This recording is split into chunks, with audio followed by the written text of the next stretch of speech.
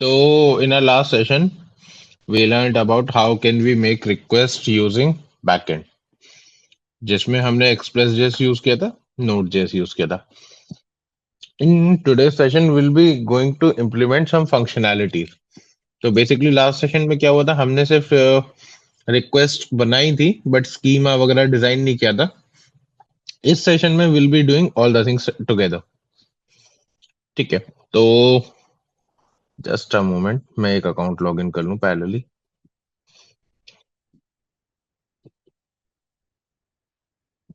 MongoDB, जिसके पास MongoDB है वो अपना लॉगिन कर लें please.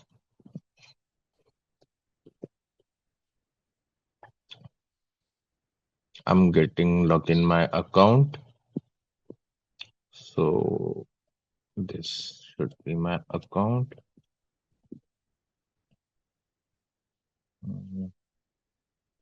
Okay, traffic light.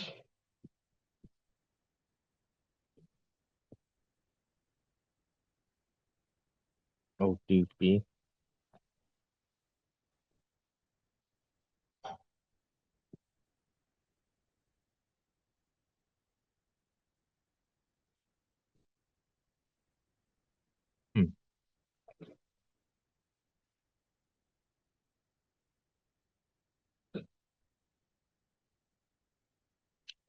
Sure. So I'm going to share my screen now. My screen is visible? Yes, sir. Perfect. तो आज हम क्या करेंगे, हम MongoDB में एक नया प्रोजेक्ट बनाएंगे जिससे हम टू डू लिस्ट का बैकएंड सेटअप करेंगे. तो बैकएंड के लिए हमारी bare minimum फंक्शनैलिटीज क्या है, हमारे पास लॉगिन होना चाहिए, ठीक है, साइन अप होना चाहिए, तो वो सब बनाते हैं. ठीक है, तो एक न्यू प्रोजेक्ट बना लेते हैं.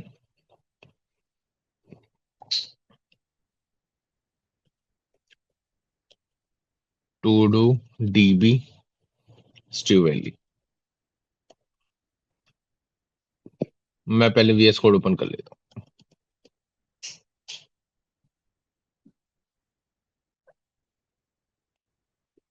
Documents Steve Valley. आज डेट क्या है, 17th November.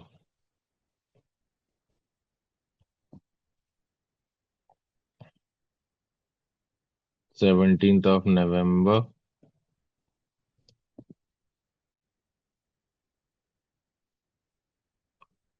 इसके अंदर पहले मैं लास्ट वाला कोड कमिट कर देता हूँ ना. git status git add dot git commit code for 16th November 2024.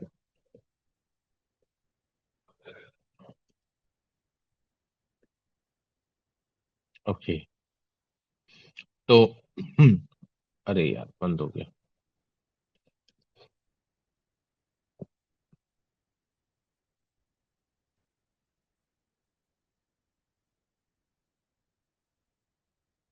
अब 17 नवंबर के अंदर हम सर्वर इनिशियलाइज करते हैं.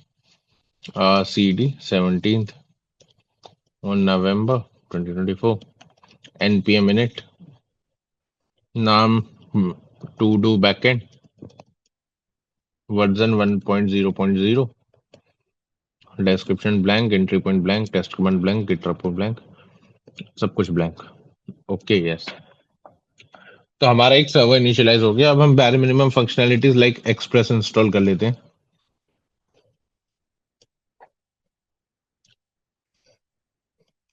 हम इंस्टॉल कर लेते हैं, नोड तो इंस्टॉल है. ठीक है, एक फाइल बना लेते हैं सर्वर index.js करके. एंट्री पॉइंट फाइल, ये हमारी एंट्री पॉइंट फाइल है. When we run our server, तो यहां से हमारा सर्वर स्टार्ट होगा. node index.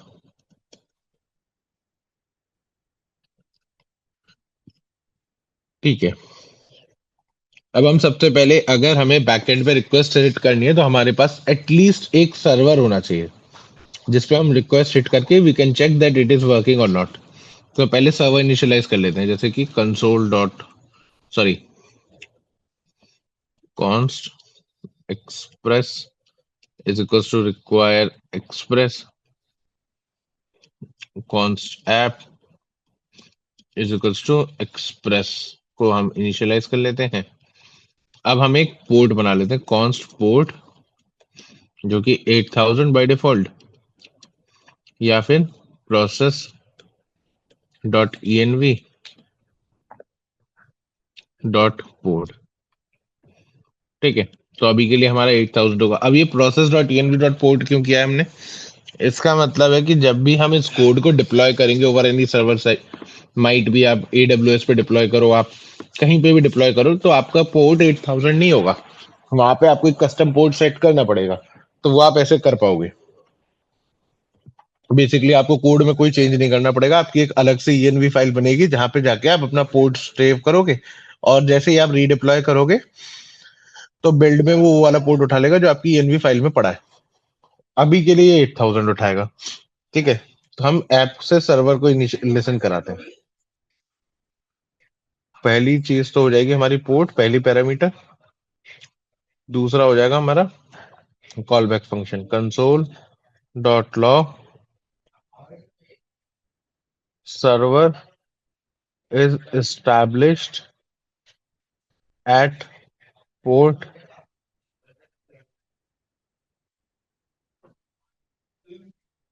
वैसे दे दो पोर्ट जो ये पोर्ट यूज कर रहा है इनिशियलाइज होने के लिए। ठीक है, तो आप इधर देख पाओगे अब server is initialize established at port 8000। तो हमारा पोर्ट 8000 पे सर्वर तो बन गया।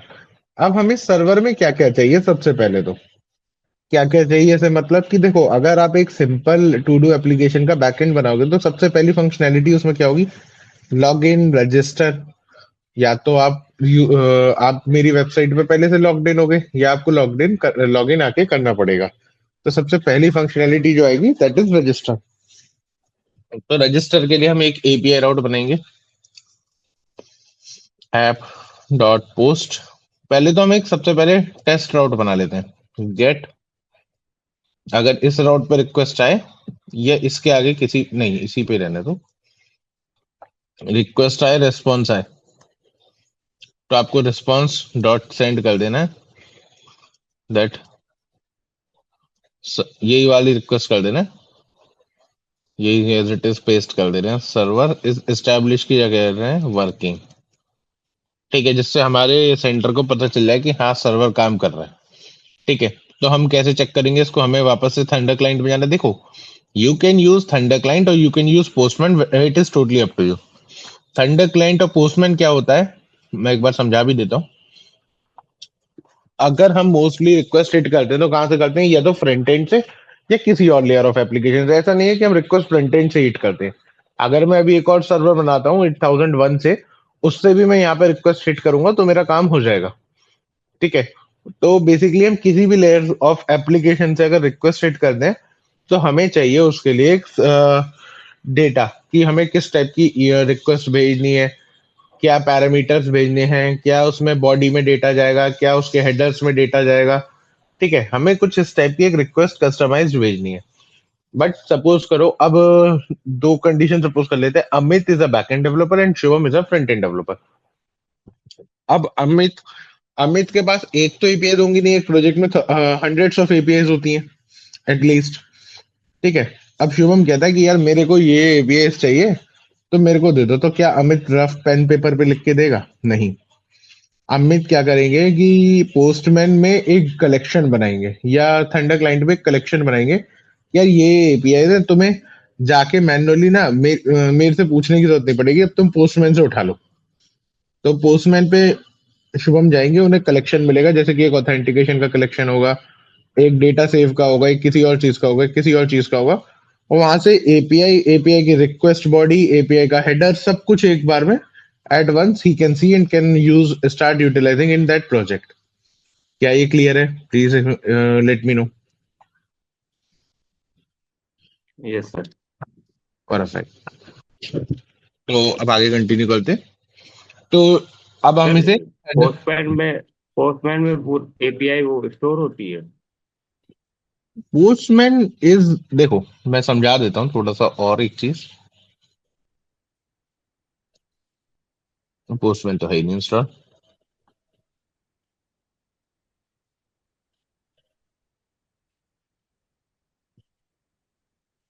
अरे यार ये साइन अप करवाएगा।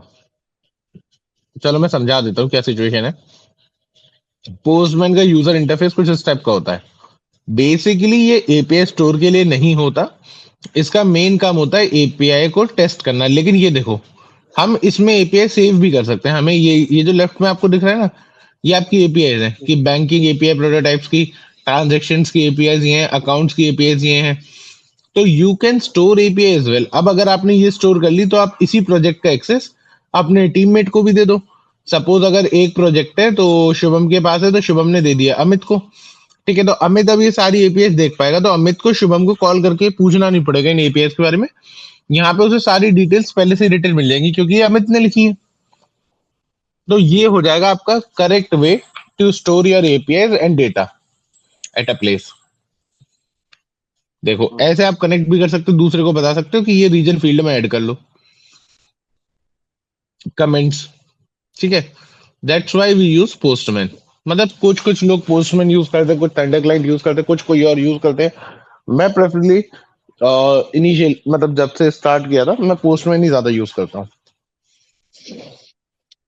चलो वापस आते हैं ना। तो अब हम इस रिक्वेस्ट को टेस्ट कैसे करें? तो टेस्ट करने के लिए you need to go here. कहाँ गया थंडर क्लाइंट? ये देखो, ये पुरानी रिक्वेस्ट भी मेरी है। ये हम सबने ट्राई की था, बट अब इनकी जरूरत नहीं है, तो लेट मी डिलीट देम। हालांकि ये तो सिर्फ हिस्ट्री है, ये कोई स्टोर नहीं हो रहा। अगर ये दूसरा लैपटॉप होता तो इस पर विजिबल नहीं होगा। वो आपको लॉग इन करके मैनुअली सेव करना पड़ता है कि हाँ ये request you wanted to keep. चलो बाद में कर लेंगे डिलीट। न्यू रिक्वेस्ट जनरेट करते हैं। तो हमको पता है हमारा ये सर्वर जो भी चल रहा है, ये चल रहा है लोकल होस्ट पे। लोकल होस्ट क्या होता है? वो वाला डेवलपमेंट सर्वर जो आपकी सिर्फ लैपटॉप में चल रहा है। ठीक है, अगर आपको उसे इंटरनेट से कनेक्ट करना है तो आपको उसे फिर डिप्लॉय करना पड़ेगा। ठीक है, तो अगर ये इंटरनेट कनेक्टेड होता तो यहाँ पे पूरा एपीआई आता। अब हमें पता है लोकल होस्ट है, तो सिंपली आप लोगों लोकल होस्ट 8000। 8000 डी क्यों लिखा है? क्योंकि आपको पता है आपका जो यहाँ पे पोर्ट यूज हो रहा है दैट इज 8000। कॉलन 8000। आपकी रिक्वेस्ट कहाँ हिट होनी चाहिए? स्लैश पे। अगर स्लैश पे रिक्वेस्ट हिट होने पे we are getting this response कि server is working at port 8000, तो हमारा काम हो गया। तो देखो, हमारे रिस्पॉन्स में आ गया server is working at port 8000, और हमारा स्टेटस कोड भी 200 ओके आ गया। That means her server is working properly. Please let me know if it is clear. यहाँ तक किसी को कोई डाउट है तो बताओ, नहीं तो फिर मैं वो बताऊंगा स्कीमा कैसे मेंटेन करेंगे।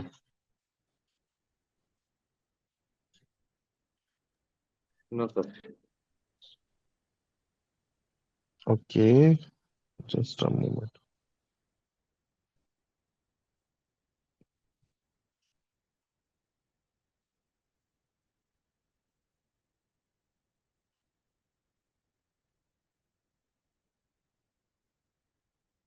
ठीक है, अब ये बताओ आप लोग क्या क्या फील्ड चाहते हो to create in node JS उसमें, मतलब basically what it is called, क्या मिस कर गया मैं यहाँ पे।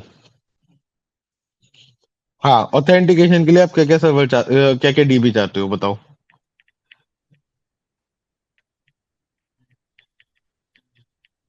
ऑथेंटिकेशन से मेरा मतलब है कि सपोज अगर आपका एक यूजर आएगा तो आप उसकी क्या क्या डिटेल स्टोर करना चाहते हो।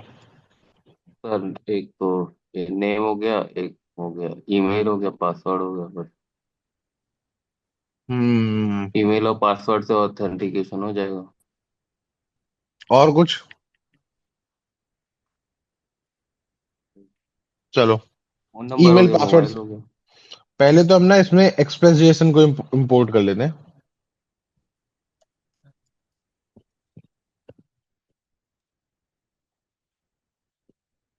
इससे क्या होगा? इससे आपकी जो बॉडी आएगी रिक्वेस्ट है वो पार्स हो जाएगी। Let me show you. जैसे कि हम last time body parser use कर रहे थे, अब हम बॉडी पार्सर यूज नहीं करेंगे।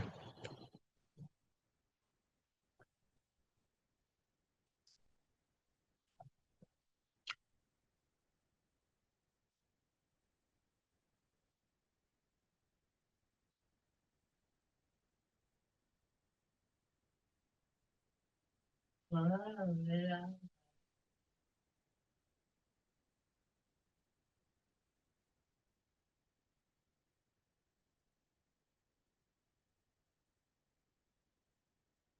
अगर आप देखो क्यों नहीं आया। अच्छा, गेट रिक्वेस्ट क्रिएट हो गई। इसने दिया error, request dot body is not a function. हमने फंक्शन की तरह कॉल कर दिया क्या? हाँ, अब सही आएगा। देखो, नेम अनडिफाइंड आ गया। अब हमारा जो ये लास्ट क्लास में अगर आपको याद हो, we were using body parser and वो एक एरर दे रहा था that it is an, how can I tell you कि that is an deprecated version. Deprecated मतलब कि वो अब आउटडेटेड हो गया है, peoples are not using that because उसके अपडेट्स नहीं आ रहे हैं। अब जो हमने यूज किया that is express dot JSON, जिसके अपडेट्स अभी भी आ रहे हैं। तो ये अभी के लिए नया है। ठीक है। अब हमें क्या करना है, हमें चाहिए ऑथेंटिकेशन के लिए डीबी, कि हम जहाँ पे डेटा स्टोर करेंगे। तो मैं एक फाइल, एक नया वो बना लेता हूँ फोल्डर कॉन्फ़िग, जिसके अंदर आएगा हमारा dB, new file dB dot JS. और डीबी को हमें कहाँ से उठा के लाना है, हम बनाएंगे इसका डीबी। तो मोंगो डीबी पे हमने एक नया प्रोजेक्ट बना लिया। हम किसी और मेंबर को ऐड नहीं कर रहे प्रोजेक्ट में।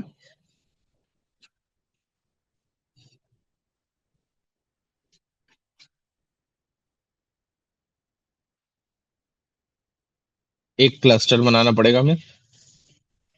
क्लस्टर का नाम हम रख लेते हैं क्लस्टर 0। फ्री वाला क्लस्टर सेलेक्ट कर लेते हैं।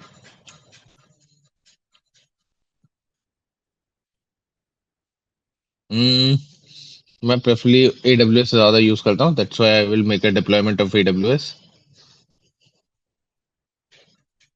ये एक यूजर नेम पासवर्ड आएगा, इसका ये पासवर्ड कॉपी कर लो, यूजर नेम की ऐसी जरूरत नहीं है।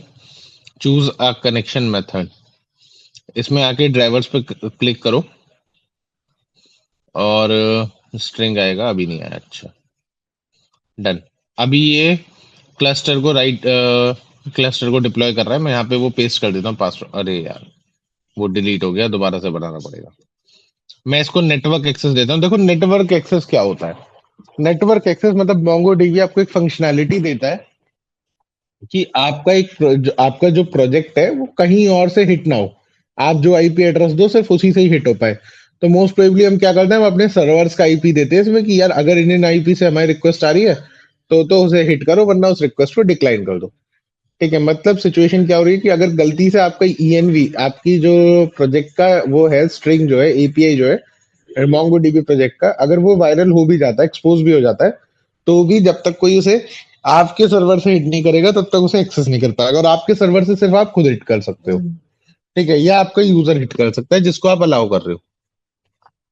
तो अभी के लिए मैं क्या कर रहा हूँ, इसे अलाउ एक्सेस फ्रॉम एनीवेयर पे डाल रहा हूँ। अलाउ एक्सेस फ्रॉम एनीवेयर से मतलब कि अगर कोई भी आईपी किसी भी जगह से हिट करेगा तो ये उसका रिस्पॉन्ड करेगा।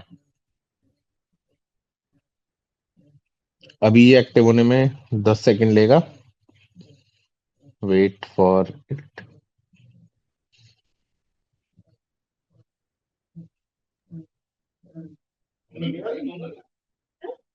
हो जा, we are deploying your changes, 0 of 3 server complete.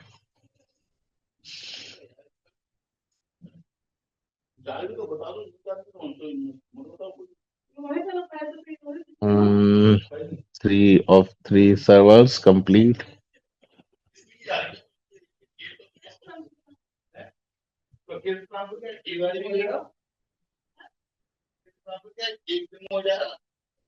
बहुत टाइम ले रहा है ये तो यार। पेंडिंग।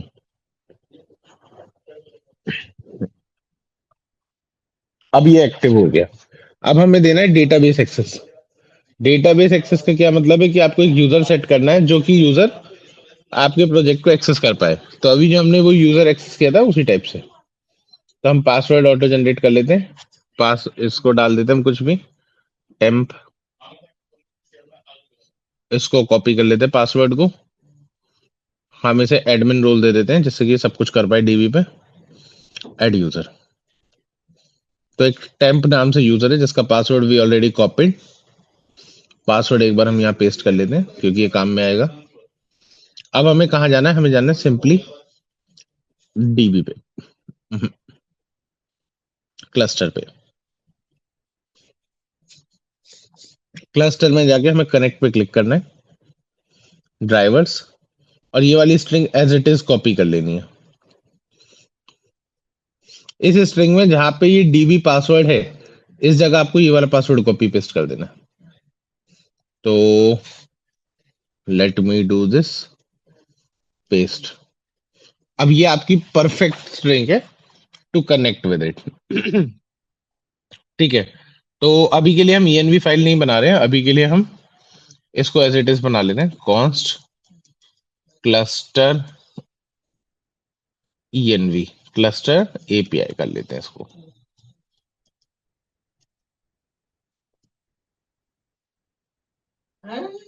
इसको क्लस्टर env को, अब ये cluster API will be using to connect with DB, इसके साथ will be able to connect with DB. तो उसके लिए we have to write some sort of code, basically 2-3 line का एक कोड है which we need to write, mongoose dot connect वाला। तो हम ट्राई कैच ब्लॉक में लिखेंगे जिससे कि ये कोई एरर ना दे, एक फंक्शन ही बना लेते बल्कि, const connect connect dB, connect dB, ये एक एसिंग फंक्शन होगा। ठीक है, इस फंक्शन के अंदर what we are going to do, will be using mongoose dot connect. तो ट्राई ब्लॉक में लिख लेते हैं mongoose। mongoose के लिए हमें mongoose इंस्टॉल करना पड़ेगा, तो हम इंस्टॉल कर लेते हैं पहले cd 17th November npmi mongoose। mongoose is used to connect with your db। ठीक है, तो अब हमें const mongoose करना है और mongoose को इंपोर्ट करना है, const mongoose is equals to require mongoose। ठीक है, सिंपली mongoose डॉट कनेक्ट। ठीक है, mongoose डॉट कनेक्ट करना है जिसमें हमें की से दो एक यूआरएल देना है आपका। पहले तो ये जो ऊपर वाला है विच इज क्लस्टर एपीआई, और हमें कुछ पैरामीटर्स देने हैं जैसे कि यूज न्यू यूआरएल पार्सर या यूज यूनिफाइड टोपोलॉजी, हमें उन्हें ट्रू करना है। यूज न्यू यूआरएल पार्सर, आज सजेशन क्यों नहीं आ रही, parser true, use unified topology true. ठीक है, अगर ये सब सही से चल जाता है तो will be using that we are connected to DB, else ये एरर देगा। ठीक है, तो हमें इसका वेट करना पड़ेगा।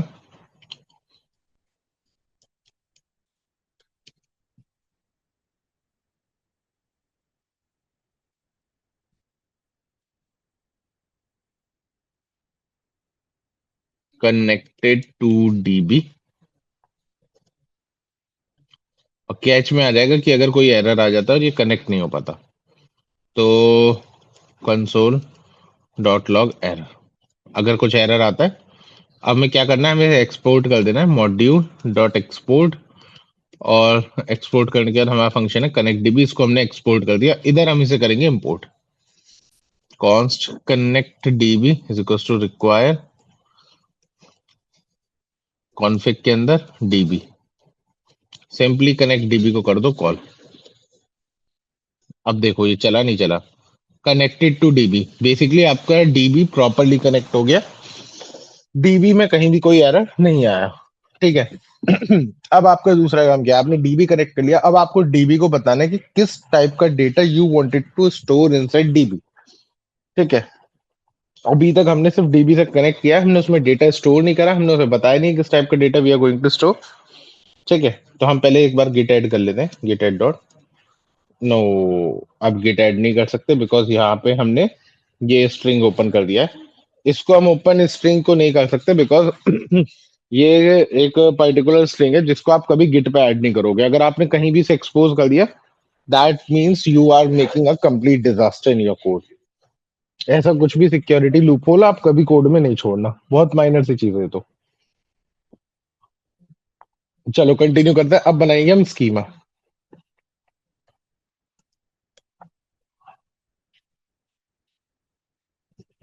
स्कीमा में we wanted to create a schema of user. तो यूजर स्कीमा के लिए हम थोड़ा सा टाइम बचाते हुए चैट जीपीटी से कॉपी करा लेते हैं। Create an schema for to do list user having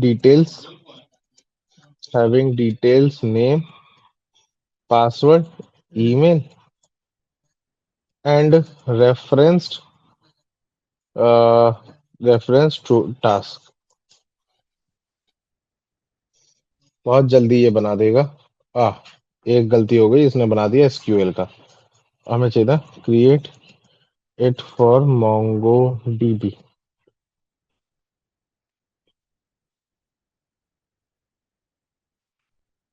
बन गया।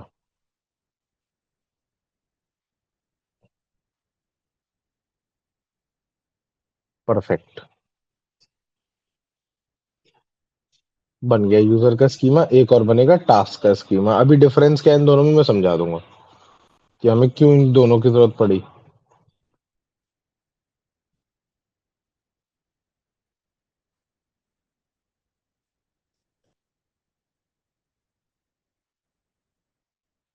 परफेक्ट। हाँ, तो थोड़ा सा समझाते हैं पहले, यूजर का स्कीमा थोड़ा समझने की कोशिश करते हैं। इसमें एक चीज आप फंसोगे, जो आप सोच रहे होगे कि सर ये लाइन क्या है। ठीक है, थोड़ा सा समझाते हैं।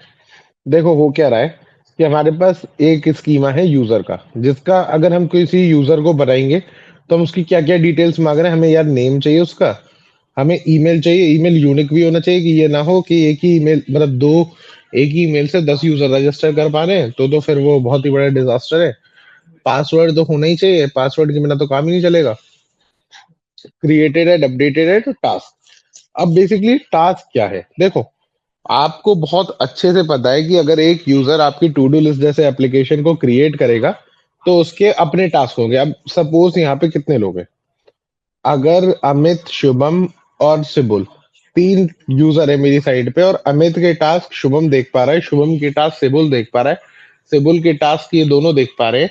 मतलब सबके टास्क सबको विजिबल है। वहां पे कोई ऑथर नहीं है, वहां पे कोई वैलिडेशन नहीं है, तो फिर क्या फायदा उस एप्लीकेशन का। That is a complete useless application. अगर आप अभी अपना फेसबुक भी लॉग इन करोगे तो आप अपने चैट्स देख पाओगे, किसी और के नहीं। तो अगर आप दूसरे का डेटा देख पा रहे हो, दूसरे के चीजें आपको क्लियरली विजिबल है, that means you have not created a good application. आप इंस्टेड आपके एप्लीकेशन में क्या होना चाहिए कि आप सिर्फ अपने ही टास्क देख पाओ, अपने ही चीजें आपको विजिबल हो। तो हमने क्या किया, हमने हर टास्क को एक रेफरेंस दिया। रेफरेंस क्या है कि अगर आपका कोई भी पर्टिकुलर टास्क है तो उसके नीचे ऑथर का आईडी आएगा। अगर आप यहाँ जाके देखो तो टास्क वाले स्कीमा में आओ, तो टास्क वाले स्कीमा में एक टाइटल है, एक डिस्क्रिप्शन है, एक ड्यू डेट है, एक कंप्लीटेड है। ये चार फील्ड है। ये क्रिएटेड एंड अपडेटेड एट छोड़ दो, ये तो बाय डिफॉल्ट होता ही है, मैं हटा ही दे रहा हूँ। लो, those are not required. Even यहाँ से भी हटा रहा हूँ, ये तो बाय डिफॉल्ट आपको डीबी देता ही है।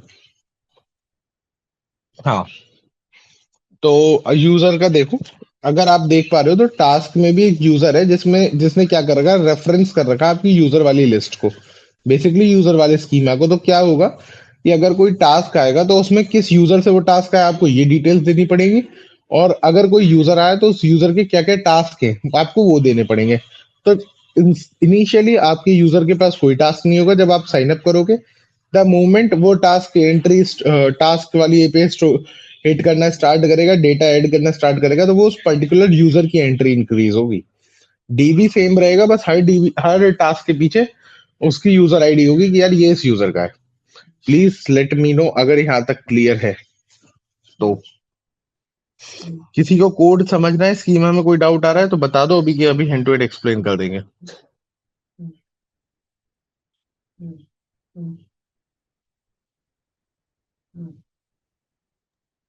फिर से एक बार बताइए सर, क्या चीज? स्कीमा के बारे में। देखो स्कीमा में क्या हो रहा है कि स्कीमा इज समथिंग कि हमें डीबी को पहले बताना पड़ता है कि हम किस टाइप का डेटा एंट्री लेने वाले हैं फ्रंट एंड से। किस टाइप का डेटा हम डीबी में स्टोर करने वाले हैं। तो स्कीमा इज समथिंग जो कि आपका एक जनरल डिजाइन होता है कि इस टाइप का डीबी हम क्रिएट करने वाले हैं, तो ऐसा डेटा आएगा। और अगर कोई भी वैलिडेशन होगी कि अगर टाइटल स्ट्रिंग में नहीं आया, सपोज करो ये स्ट्रिंग की जगह आ गया एक नंबर, या स्ट्रिंग की जगह आ गया एक ऑडियो वीडियो, तो ये एरर देगा। ठीक है, सेम डिस्क्रिप्शन कि ये स्ट्रिंग होना चाहिए और रिक्वायर्ड फॉल्स। अगर ये नहीं भी हुआ तो भी हम एंट्री कर लेंगे, लेकिन अगर टाइटल नहीं हुआ, रिक्वायर्ड ट्रू है उसमें, तो फिर ये एंट्री इंक्रीज नहीं होगी। ड्यू डेट क्या होती है? ड्यू डेट मतलब कि यार वो कब टास्क को एंड करेगा, कब टास्क उसका मतलब ड्यू होगा। तो इसमें बता दिया कि वो एक डेट टाइप का ऑब्जेक्ट है जो कि आएगा फ्रंट एंड से। अगर ये नहीं भी आया तो भी कोई दिक्कत नहीं है, फॉल्स।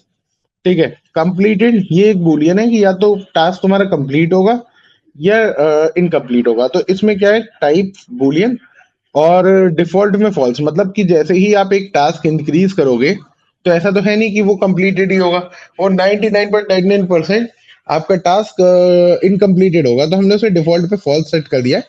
जैसे ही यूजर चेंज करना चाहेगा वो चेंज कर पाएगा। And the final thing is this referencing. Now what is this referencing? This tells us कि ये वाला यूजर का जो सॉरी टास्क का जो स्कीमा है, इसमें हर यूजर के लिए मैप कराना है कि ये पर्टिकुलर यूजर का ये टास्क है। तो उसके लिए हम रेफरेंस ले रहे हैं यूजर वाले स्कीमा से। That is telling this thing. तो यहां तक अगर किसी को कोई डाउट है तो please let me no.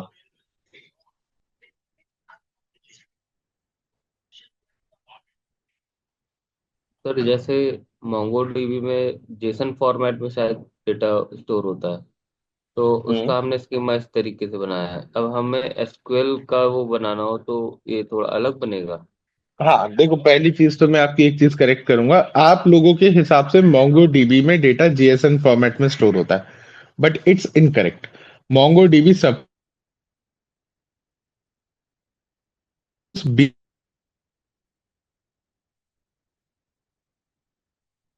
Hello.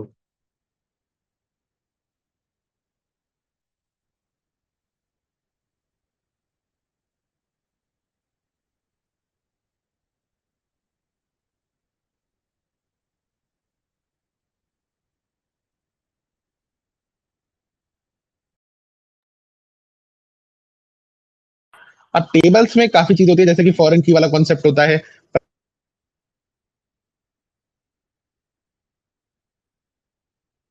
Sir आपकी आवाज नहीं आ रही।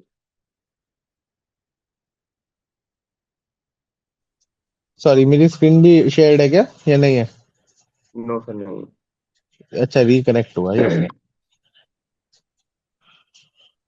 हाँ, मैं कहाँ पे था?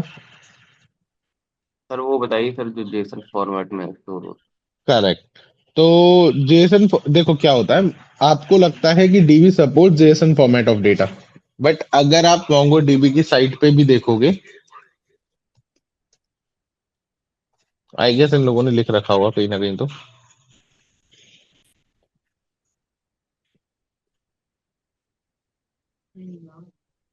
एक बार आपको पढ़ना पड़ेगा, कहीं ना कहीं तो मैंने एक बार पढ़ा भी था, इन लोगों ने लिख भी रखा था।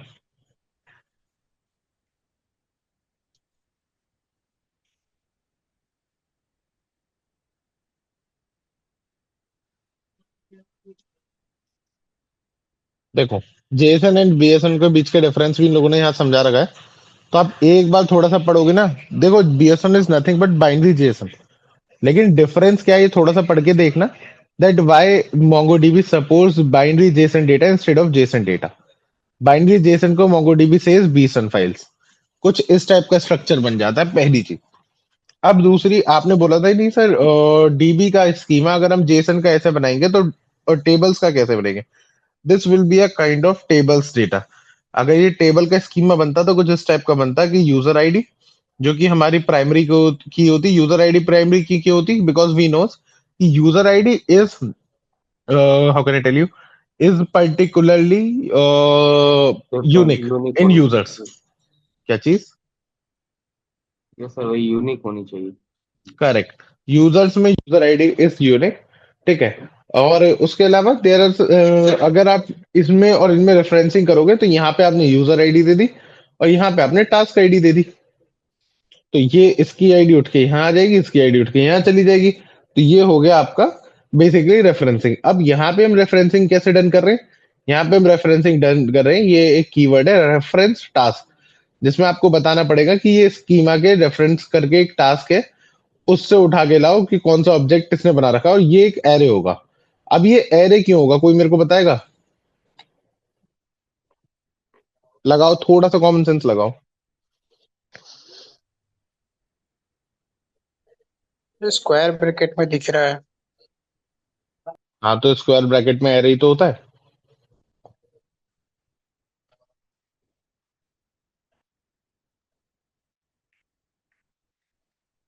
बताओ बताओ, बहुत माइनर सा आंसर है ये तो। सर वो बीसन फॉर्मेट जो बोला था वो बाइनरी नंबर से स्टार्ट होता है उसमें एरर। नहीं, उसका इससे कोई भी रेलेवेंस नहीं। तो की एंड वैल्यू इसमें टाइप एंड स्कीमा। चलो ये भी समझ लिया, की एंड वैल्यू है, लेकिन उससे भी एरे क्यों हुआ? की वैल्यू तो एक ऑब्जेक्ट होता है ना। अगर पाइथन पढ़ी हो आपने तो डिक्शनरी होता है, हाँ सर। तो फिर एरे ही क्यों हुआ, ऑब्जेक्ट क्यों नहीं रहा? और अगर ये आप नीचे देखोगे तो यहाँ तो एरे नहीं है, यहाँ तो देखो सिर्फ एक ऑब्जेक्ट है। तो ये क्या डिफरेंस आ रहा है? बताओ बताओ, बहुत माइनर सा कॉन्सेप्ट है ये तो, कोडिंग से बेस्ड है।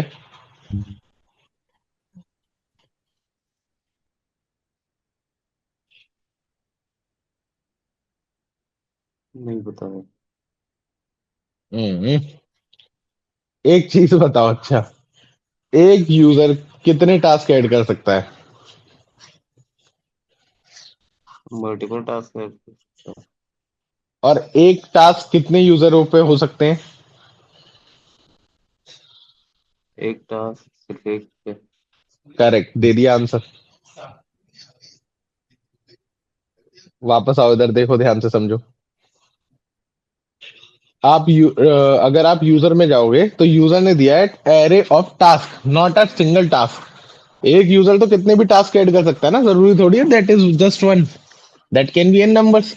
बट एक टास्क पे एक ही यूजर हो सकता है, that is just one, simple, खत्म कहानी। समझे? यस सर समझ गया। बस इतना सा कॉन्सेप्ट था। ठीक है, ये भी छोड़ो, चलो यहाँ तक तो सबको सब कुछ क्लियर है। एक सेकंड ना।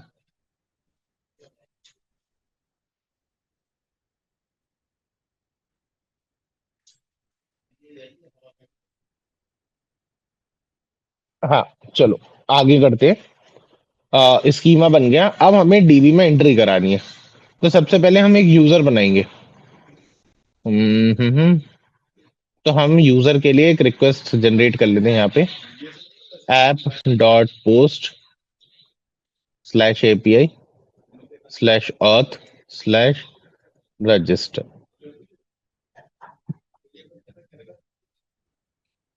Request response try catch. ठीक है, हमें एक यूजर रजिस्टर कराना है यहाँ पे। तो यूजर रजिस्टर कराने के लिए हमें सबसे पहले तो चाहिए यूजर स्कीमा।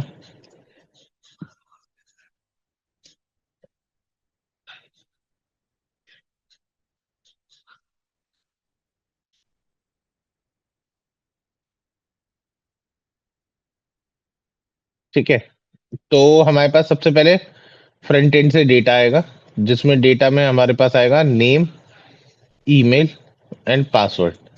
ये तो बेयर मिनिमम चीजें हैं जो हमें फ्रंट एंड से चाहिए रिक्वेस्ट डॉट बॉडी में। ठीक है, अब हमारे पास ये डेटा आएगा तो हमें क्या करना है, हमें इन डेटा को यूज करके एक नया यूजर बनाना है। Const new, const user equals to new user, जिसमें डेटा में ये सारी चीजें आ जाएंगी, नेम, ईमेल, पासवर्ड। ठीक है, जैसे ही ये यूजर बन जाएगा तो const status await user dot save, हमें इस यूजर को सिंपली सेव कराना है और इसको बना लेना है एक एसिंक फंक्शन। ठीक है, अगर ये सब कुछ सही रहता है, अगर तो response dot JSON, response dot send, नहीं रेस्पॉन्स डॉट जेसन जेसन में देना status dot send dot status code 201 dot send user created, या यही रहने दो चलो, ठीक है। अब अगर इसमें कोई एरर आ जाता है, किसी वजह से रिक्वेस्ट कंप्लीट नहीं हो पाती, तो मैं यहाँ पे एक रेस्पॉन्स देता हूँ, ये हो जाएगा एरर, ये हो जाएगा 400 रिक्वेस्ट, ठीक है। अब इसे बना के देखते हो, फिर डीबी में एंट्री देखेंगे कि ये चला या नहीं चला। तो ये है मेरा राउट,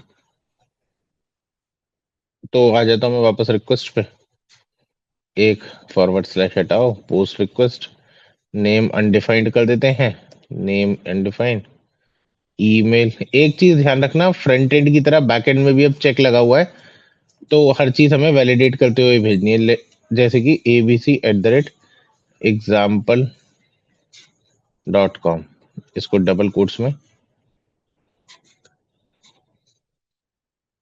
ठीक है। और पासवर्ड लेट से 1234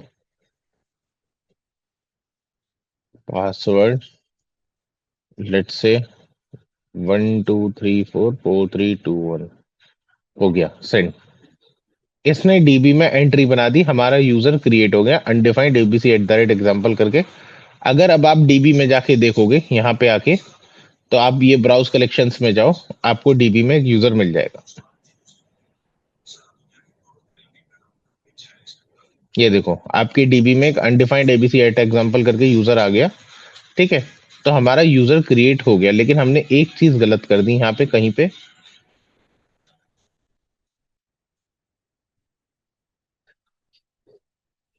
ये यहाँ ना होके यहाँ लगाता हूं मैं एक बार तो। अब अगर आप सेम यूजर दोबारा बनाने की कोशिश करोगे ना, तो ये नहीं बनेगा, क्योंकि आपका ईमेल आईडी यूनिक नहीं रहेगा, ठीक है। बना के देखते हैं, तो मैं बनाया, एरर आ गया, डुप्लीकेट की error, collection of test dot user आपका गलत आया। तो हम अब एक काम करते हैं, हम एरर में इसको भेजेंगे, error response dot ERR MSG, तो हमें पता चल जाएगा कि क्या दिक्कत आई है, ठीक है। तो एरर में dot error response dot ERR MSG, ठीक है। अब देखते हैं दोबारा हिट करके, तो अब देखो आपको पूरा एरर मिल रहा है, दैट E1100 डुप्लीकेट की एरर। एक गलती और कर दी हमने, हमें शायद इसको भी पीछे लेना पड़ेगा, ठीक है। अब देखते हैं दोबारा हिट करके, तो अब देखो 400 बेड रिक्वेस्ट आ गई, मतलब हमारा स्टेटस कोड भी is giving error. Basically we are aware with that हमारा बैक डेटा स्टोर नहीं हुआ है।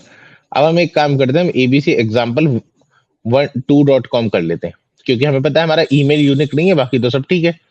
ये दे रहा है ईमेल यूनिक नहीं है, तो अब देखो इसकी एंट्री बन गई और 201 ही रिक्वेस्ट आई। 201 रिक्वेस्ट किसकी होती है, जब आप कोई भी एंट्री स्टोर कर रहे होते हो डीबी में और आपकी स्टोरेज सक्सेसफुल हो जाती है, तो दैट इज 201 रिक्वेस्ट, ठीक है। ये भी एक रेस्टफुल एपीआई में यूज होता है, ठीक है। यहाँ तक सबको सब क्लियर है, तो फिर लॉगिन की फंक्शनैलिटी बनाए, हाँ सर बताओ क्लियर। किसी को कोई डाउट। तो लॉगिन की फंक्शनैलिटी के लिए देखो दो चीजें हैं, एक गलती अभी जो हम यहाँ पे कर रहे हैं, पहले मैं वो दिखा देता हूँ। ये देखो आपको पासवर्ड दिख रहा है यहाँ पे, मैं रिफ्रेश कर लेता हूँ, दूसरा यूजर भी दिख जाएगा। हाँ, अब बताओ यहाँ पे एक गलती कर रहे हैं, किसी को पता है क्या, बताओ, सोचो सोचो। पासवर्ड सर इनक्रिप्टेड होना चाहिए। करेक्ट, चलो पासवर्ड शुड बी इनक्रिप्टेड। थोड़ी सी वक्त की नजाकत को समझ के आ, हम एक चेंज बना लेते हैं यहाँ पे। अब हम क्या यूज करेंगे, अब हम यूज करेंगे इनक्रिप्टेड पासवर्ड। अरे यार शिट, बंद हो गया, परफेक्ट, वहीं से खुला है, ठीक है। अब मैं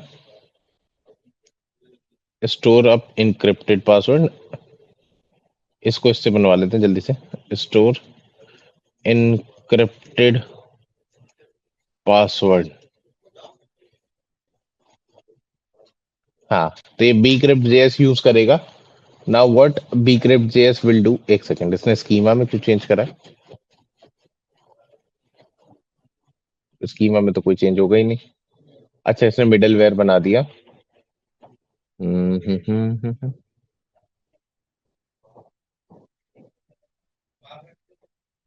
एक सेकंड, इसने एक चीज करी जो मेरे को गलत लग रही है। ओके, ये क्या है?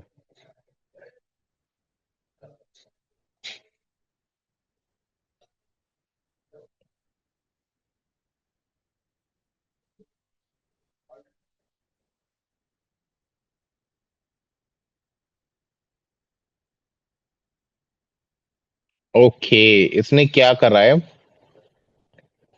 इसने यूजर स्कीमा में चेंज करके कंडीशन ऐड कर दी है कि जैसे ही कोई यूजर स्कीमा में सेव करे डेटा, तो क्या हो जाए, हमारा पासवर्ड जो है वो हैश हो जाए। तो अब ये अब हैश कर देगा।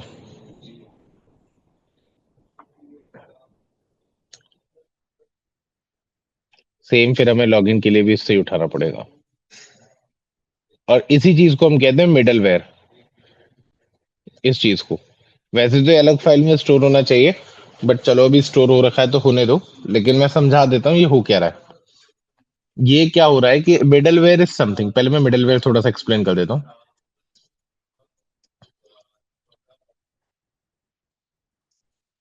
Something which runs between two process.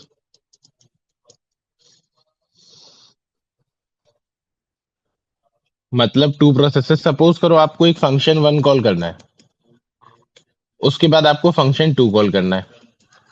तो अब आपका कोई रीजन है कि आपको फंक्शन टू में कोई एक ऑल्टरेशन चाहिए जो माइनर है, तो उसके बाद आप क्या चाहते हो कि अगर वो माइनर ऑल्टरेशन किसी भी वजह से फेल हो, तो आपका फंक्शन टू रन ना हो, आपका फंक्शन जो बीच वाला जो पीस ऑफ कोड है वो वहीं पे एग्जिट कर जाए।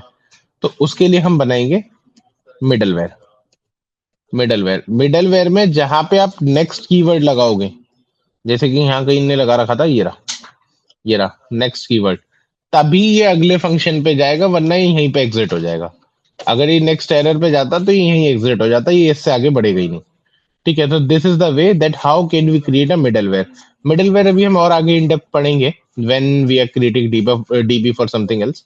अभी के लिए आप बस इतना समझ लो that middleware is something which runs between two process. ठीक है, अब हम दोबारा से एक नया यूजर बना के देखते हैं कि यूजर बना या नहीं। पहले हम सर्वर स्टार्ट कर लें। नोडमोन इंडेक्स, एरर आ गया, कैन नॉट फाइंड bcrypt.js। हाँ, वो तो इंस्टॉल करना पड़ेगा ना। npm i bcrypt.js, सही है ना स्पेलिंग? एक बार चेक करते हुए, bcrypt.js पेस्ट ही कर देंगे। ठीक है, नोडमोन इंडेक्स चल गया।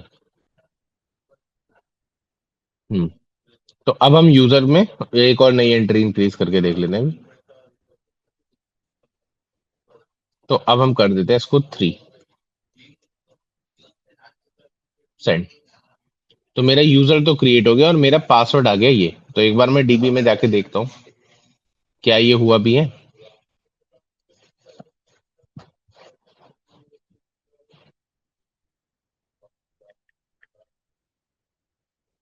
तो हमारी एक एंट्री ये रही, दूसरी एंट्री ये रही, तीसरी एंट्री ये रही। तो बाकी सबके पासवर्ड अभी भी रॉ फॉर्मेट में है, लेकिन इस वाला जो यूजर हमने बनाया इसका पासवर्ड आया एनक्रिप्टेड फॉर्मेट में, और ये आया बिकॉज ऑफ bcrypt.js। क्या यहाँ तक किसी को कोई डाउट है तो please ask me, else will continue.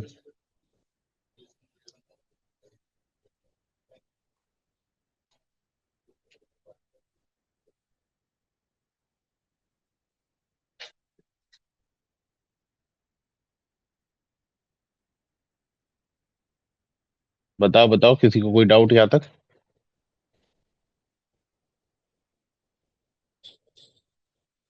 No sir.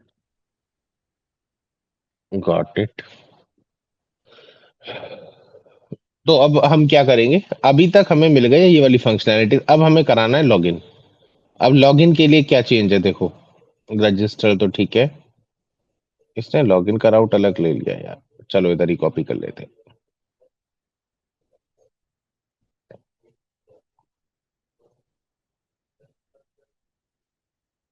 User sorry index.js। अभी इनको भी ना हम सेपरेट करेंगे राउटर्स बना के, बट वो थोड़ा सा आगे है। ईमेल पासवर्ड चाहिए हमें यूजर को लॉगिन कराने के लिए, ठीक है। तो ईमेल पासवर्ड अब कैसे चलेगा थोड़ा समझना। The password which we encrypted at once, हम उसको कभी डिक्रिप्ट कर ही नहीं सकते हैं। उससे क्या होगा कि आपका जो डीबी एडमिन है वो भी कभी आपका पासवर्ड नहीं देख पाएगा। तो एक बार जो आपने पासवर्ड एनक्रिप्ट कर दिया वो हमेशा एनक्रिप्टेड ही रहेगा। User can neither see that, user can neither convert that password into decrypted format. Whereas हम क्या प्लान कर रहे हैं, हम हमारे पास bcrypt का ही एक फॉर्मेट होता है bcrypt.compare। इसमें आप क्या करोगे, आप यूजर का पासवर्ड अपने डीबी से निकालो, सॉरी अब जो पासवर्ड फ्रंट एंड से आ रहा है उसको दो, और जो पासवर्ड आपकी डीबी में पड़ा है उसको निकालो। इन दोनों के बेस पे आप कंपेयर कराओगे कि क्या ये पासवर्ड करेक्ट है। अगर वो पासवर्ड करेक्ट होगा तो आपको यूजर का डिटेल्स मिल जाएंगी बैक फ्रंट एंड से और आप लॉगिन कर पाओगे। अगर वो पासवर्ड इनकरेक्ट होगा तो वो लॉगिन नहीं मिलेगा। तो ये कंपेयर करेगा बेसिकली दोबारा इनक्रिप्ट करके, ये डिक्रिप्ट नहीं करेगा, ये इस वाले पासवर्ड को इनक्रिप्ट करके कंपेयर करेगा। This is how it will work. तो आप पासवर्ड किसी का नहीं चेक कर सकते हो। अब आपको दिखाते हैं ये डिक्रिप्ट वो ये कंपेयर करेगा कैसे। तो मैं नेम हटा देता हूँ बिकॉज ये रिक्वायर्ड नहीं रहेगा। हमें चाहिए लॉगिन, तो मैं पासवर्ड में से एंड में से 1 हटा देता हूँ। Save, send. An error occurred during login, but क्या एरर आया ये तो बता। चलो 1 कर देते हैं वापस से। An error occurred during login, क्या दिक्कत आ गई है। index.js API auth login सही तो है। bcrypt is not defined, okay। const bcrypt is equals to require bcrypt, अब तो डिफाइंड है। तो फिर से एक बार पासवर्ड गलत करके देखते हैं। इनवैलिड पासवर्ड, तो अब आपको करेक्ट फीडबैक मिला, पासवर्ड इज इनवैलिड। अगर आप इसे करेक्ट कर दोगे तो करेक्ट पासवर्ड है, आपको डिटेल्स मिल गई उसकी, नेम, ईमेल, पासवर्ड, जो जो टास्क उसने अभी तक बनाए वो task created at updated at, आपको करेक्ट डिटेल्स उसकी मिल गई हैं।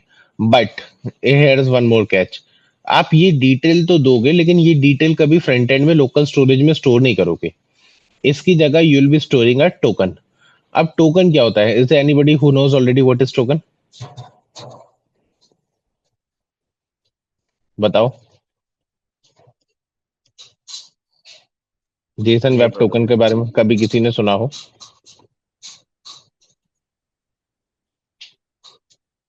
अब आप क्या करोगे, अब आप इंप्लीमेंट करोगे JWT। JWT क्या होगा कि आपका डेटा एक टोकन के फॉर्मेट में जाएगा फ्रंट एंड पे। अब आपका डेटा अनइनक्रिप्टेड फॉर्मेट में नहीं जाएगा, इनक्रिप्टेड फॉर्मेट में जाएगा। मतलब फ्रंट एंड पे भी जो डेटा जा रहा है वो सेम नहीं जाएगा एज इट इज। चलो इसे नेक्स्ट सेशन में कराएंगे, थोड़ा समझाया जाता है क्या होता है। JWT क्या होगा, देखो अगर आप लोकल स्टोरेज में डायरेक्ट नेम ईमेल सेव कर लोगे तो आपको पता होना चाहिए कि local storage is visible to any user. अब एनी यूजर में तो हमें कोई दिक्कत नहीं है कि चलो जिसे टेक की नॉलेज नहीं है वो क्या ही करेगा उसका, लेकिन जिसको टेक की नॉलेज है वो उसका बहुत कुछ कर सकता है। ठीक है, देखते हैं। इंस्पेक्ट एप्लीकेशन स्टोरेज, आपकी 23 MB storage this site is using. अब देखते हैं उसमें क्या क्या स्टोर है। ये रहा लोकल स्टोरेज आपका पूरा। इसमें यू कैन सी कि आपकी ये सारी डिटेल्स स्टोर्ड है। ये रहा आपका हैश पासवर्ड होगा किसी चीज का, ठीक है। कुछ कुछ चीजें जैसे कि मैं बता सकता हूँ, रिकैप्चा, जो गूगल वाला रिकैप्चा लगता है ना उसके यही आता है, जी रिकैप्चा, ये उसका है, ठीक है। और अब ये कहोगे आप सर मैंने साइट विजिट की थी ये वाली जूम, मेरे को तो कहीं नहीं मिला रिकैप्चा, तो ये होगा इनविजिबल कैप्चा। इनविजिबल कैप्चा मतलब कि जो आपके माउस के मूवमेंट से चेक करता है कि आप यूजर हो या ह्यूमन हो, ठीक है। लॉगिन सेशन आईडी, ये अभी जो सेशन चल रहा है ये उस सेशन की आईडी है कि हाँ ये पर्टिकुलर ये सेशन चल रहा है आपका, तो इस सेशन पे यू आर एक्टिव, ठीक है। ये मोस्ट प्रोबेबली टोकन है, बिकॉज ये कुछ ऐसा ही दिखता है टोकन, तो ये मोस्ट प्रोबेबली एक टोकन हो सकता है। अब ये किस चीज के लिए, that I am not quite sure. ये हो सकता है लॉगिन टोकन भी हो, ये हो सकता है किसी और चीज के लिए भी हो, बट इट्स अ टोकन, ठीक है। ये उसका की है जो इन लोगों ने इनक्रिप्टेड फॉर्मेट में स्टोर कर रखा है। तो ये तरीका होता है। अब अगर आप यहाँ पे direct name, email, password store कर दोगे तो वो कोई भी देख लेगा, सिंपली कोई भी यूजर देख पाएगा। तो उसकी जगह हम क्या करेंगे, हम कोई भी डेटा डायरेक्टली स्टोर ना करके हम टोकन की फॉर्मेट में स्टोर करते हैं कि वो उसका कुछ कर भी ना पाए। अगर वो साइट में कुछ कर भी रहा है तो वो ना कर पाए, ठीक है। जैसे कि मैं आपको एक बेसिक सा एग्जांपल बताऊं, टोकन, अगर आपका टोकन डिलीट हो गया तो आप ऑटोमेटिक लॉग आउट हो जाओगे। तो आप कोई भी एक साइट ओपन करना अपने लैपटॉप पे और क्लियर साइट डेटा कर देना। क्लियर साइट डेटा करते ही आप लॉग आउट हो जाओगे। क्लियर साइट डेटा करते ही जैसे ही आप रिफ्रेश करोगे, तो आप इंस्टाग्राम यूज कर रहे हो, आप फेसबुक यूज कर रहे हो, आप मेल अकाउंट यूज कर रहे हो, आप ऑटोमेटिकली लॉग आउट हो जाओगे, क्योंकि आपकी सारी कैशिंग, आपका सारा डीबी सब एक साथ क्लियर हो गया फ्रंट एंड का।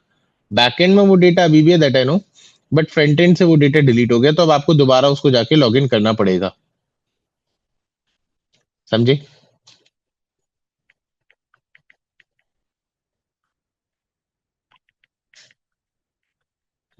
Is it clear? Please let me no.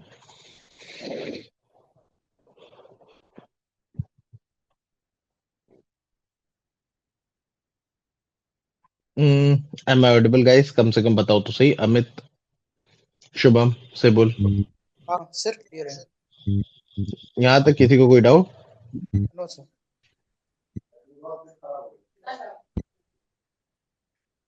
Okay, तो अब ये तो हो गया टास्क का। अब एक चीज और है जो कि मैं सजेस्ट करूंगा, नेक्स्ट सेशन से पहले पढ़ के आना। अभी यहाँ पे एक कॉन्सेप्ट आएगा राउटर का। ना व्हाट इज राउटर, वो थोड़ा सा पढ़ के आना। देखो bcrypt JS वगैरह ये तो हो गया, जेसन वेब टोकन मैं समझा दूंगा, वो इतना बड़ा टास्क नहीं है, ठीक है। अब आएगा कॉन्सेप्ट राउटर का। राउटर से क्या होगा, आपका ये जो देखो, आपका एक साइड में, मैंने अभी आपको बताया था ना, एक एप्लीकेशन में ऐसा तो है नहीं कि एक दो रिक्वेस्ट ही होंगी, ठीक है। एन नंबर ऑफ एपीआईज होंगी, तो हो सकता है 100 भी एपीआईज हो। तो आपने देखा अभी सिर्फ आपने दो एपीआईज बनी है जो कि अभी पूरी नहीं बन पाई है, उनमें भी कुछ कुछ चेंजेस हैं। तो आपके ऑलमोस्ट 60-70 लाइंस ऑफ कोड चला गया है, ठीक है। और अगर आपने एक बेटर इंडस्ट्रियलिस्ट, मतलब एक इंडस्ट्रियल प्रोफेशनल से कभी कोड फॉर्मेटिंग के बारे में सुना हो, तो वो लोग हमेशा सजेस्ट करेंगे कि आपकी किसी भी फाइल में कोड 100 लाइंस या बाय मैक्स 150 लाइंस एक्सीड नहीं करना चाहिए, ठीक है। क्योंकि अगर इससे ज्यादा कर रहा है तो फिर आपने कहीं गलती करी है, मैशी कोड लिखा है।